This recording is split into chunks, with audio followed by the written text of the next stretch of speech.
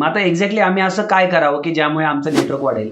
त्याच्यातली सगळ्यात पहिली स्टेप जी आहे की तुम्हाला आता नेटवर्क वाढवण्यासाठी तुमच्या बिझनेस रिलेटेड सेमिनार अटेंड करणं स्टार्ट करायचं आहे, कॉन्फरन्स अटेंड करणं स्टार्ट करायचं आहे. उदाहरणार्थ तुम्ही एक्सपोर्टचा बिझनेस करता तर इम्पोर्ट एक्सपोर्टचे बरेचसे कॉन्फरन्स हे मेट्रो सिटीमध्ये होत असतात.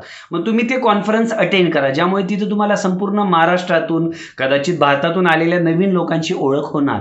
आता ह्या कॉन्फरन्समधून तुम्ही तिथं, आता मग काही लोकांना प्रश्न होतो की तिथं एक्झॅक्टली कसं बोलायचं? तर काही नाही, कॉन्फरन्सच्या आधी नंतर मध्ये लंच असतो, टी असते, तर त्यावेळेस आपल्याला स्वतःहून इनिशिएट करावं लागेल. कारण की नेटवर्क बनवल्यावर फायदा कोणाला होणार आहे? तुम्हाला.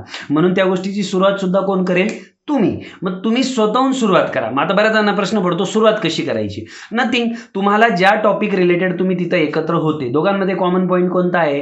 एक्सपोर्ट. कारण की तुम्ही एकाच विषयाच्या सेमिनारला आलेले.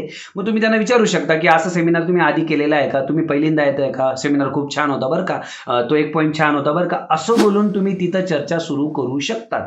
आणि एकदा चर्चा सुरू झाली म्हणजे बट ऑब्वियस आहे डिस्कशन अजून सुरू होईल, डिस्कशन वाढेल आणि नंतर नंबर शेअर होऊन नेटवर्किंग होणार.